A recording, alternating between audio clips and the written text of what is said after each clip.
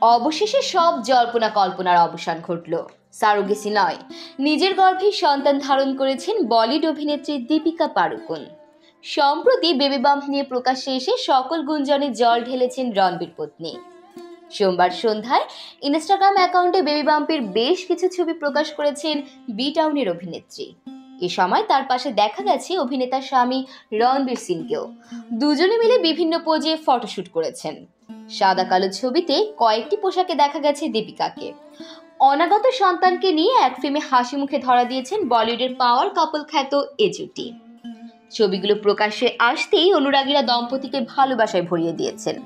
মালাইকা অরোরা, বিপাশা বসু, ওরি সহ একাধিক বলিউড তারকা দীপিকাকে শুভেচ্ছা জানিয়েছেন। জানা গেছে, চলতি মাসের 28 সেপ্টেম্বর দীপিকা তার প্রথম সন্তানের জন্ম দিতে চলেছেন। দক্ষিণ মুম্বাইয়ের এক বেসরকারি হাসপাতালে দীপিকা ভর্তি হবেন বলেও জানা গেছে। যদিও প্রথম দিকে শোনা গিয়েছিল সন্তান জন্ম দেওয়ার আগে দীপিকা ও রণবীর পৌঁছাবেন লন্ডনে। সেখানেই এক হাসপাতালে সন্তানের জন্ম দেবেন অভিনেত্রী। তবে আপাতত আর তেমনটা হচ্ছে না। নিজের প্রথম সন্তানকে ভারতের মাটিতে স্বাগতম জানাতে চলেছেন এই দম্পতি।